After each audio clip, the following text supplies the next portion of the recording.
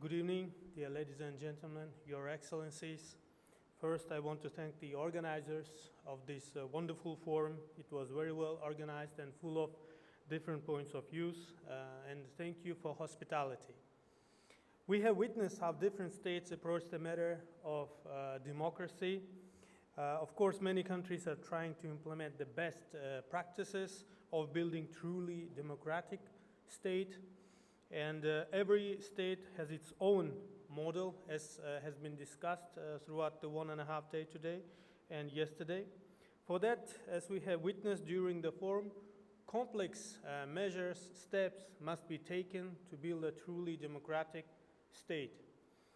Educating the society, ensuring civic participation, respecting customs and traditions of people, respecting their values and religious freedom, ensuring human rights, respecting other countries are among many steps that needs to be taken to build purely democratic state, we believe. Accordingly, Uzbekistan has been also implementing international best practices of good governance. Very importantly, these processes have been happening with respect to its long-time statehood experience, centuries-old common values and traditions of people living in Uzbekistan, where more than 130 nationalities live. To ensure civic participation, dialogue with people is in the cornerstone of reforms and changes happening in the country.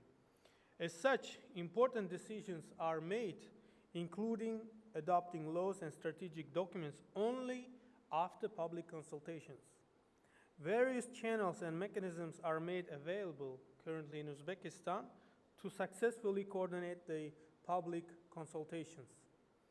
Uzbek president also says that the society should be the initiator of reforms. He also says that public officials should serve the people, not the vice versa.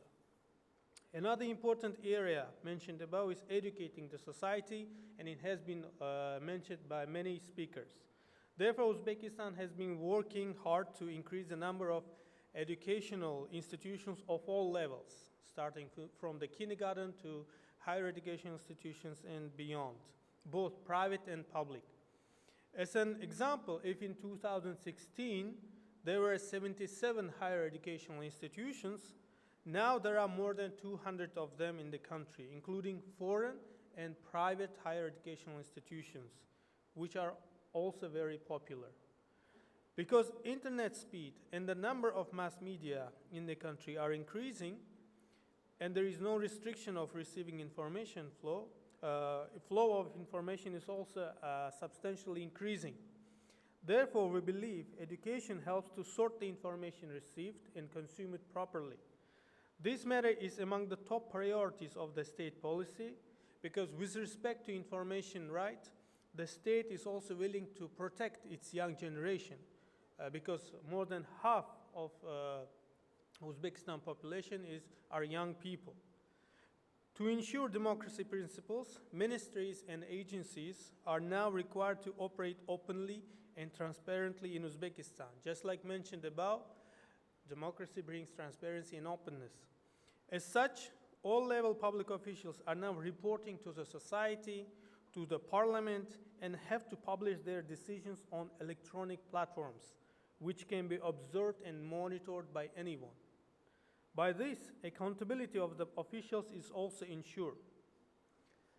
Country has been carrying out administrative reforms to bring officials even closer to the ordinary people and decentralize the authority so that people can solve their issues in their neighborhoods. Besides, Uzbekistan has been decreasing state apparatus to reduce bureaucracy. So there are less and less officials in Uzbekistan now. Uzbekistan has also become very active in international relations and thus often comes up with important initiatives for the humankind. Dear ladies and gentlemen, Uzbek society wants these positive changes, democratic changes to continue, and as such, They think legal assurance at the highest level is very much important. For that reason, society initiated constitutional reforms in Uzbekistan and expressed more than 220,000 comments and suggestions on what they would like to see in the new constitution. Therefore, 65% of the current constitution is changing now. Public discussions were conducted several times to collect the opinions of people.